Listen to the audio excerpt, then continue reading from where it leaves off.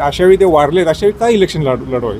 पुढच्या एकदा ही 5 वर्ष जेव्हा आपले संपतील ते इलेक्शन कोणी उभारलं तर त्याच्या विरोधात उभं राहावं.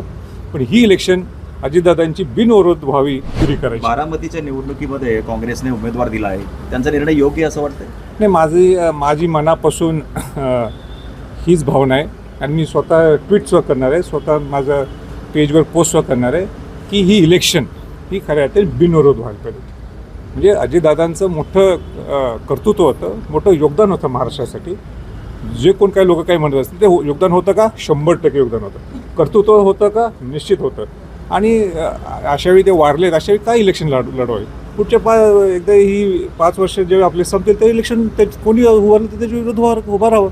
पण ही इलेक्शन अजितदादांची बिनविरोध व्हावी, अजितदादांच्या माध्यमातून जी इलेक्शन लागलेली आहे वारल्यामुळं, तर ती बिनविरोध व्हावी हे माझं स्पष्ट मत आहे. दुसरीकडे राहुरीची देखील निवडणूक होते, दिवंगत शिवाजीराव कर्डिले यांच्या जी निवडणूक होती त्यांचा मुलगा लढतोय, तिथेही बिनविरोध झाली पाहिजे अशी भूमिका सगळ्यांची होती. मात्र शरद पवार गटाने एकीकडे बारामतीत उमेदवार दिलेला नाहीये, मात्र इथे उमेदवार दिला. मला याची कल्पना नाही आहे, पण म्हणजे जर एक भावनिक दृष्टिकोनातून जर इलेक्शन असेल तर आपण त्याचा विचार निश्चित करणं गरजेचं आहे. थँक्यू.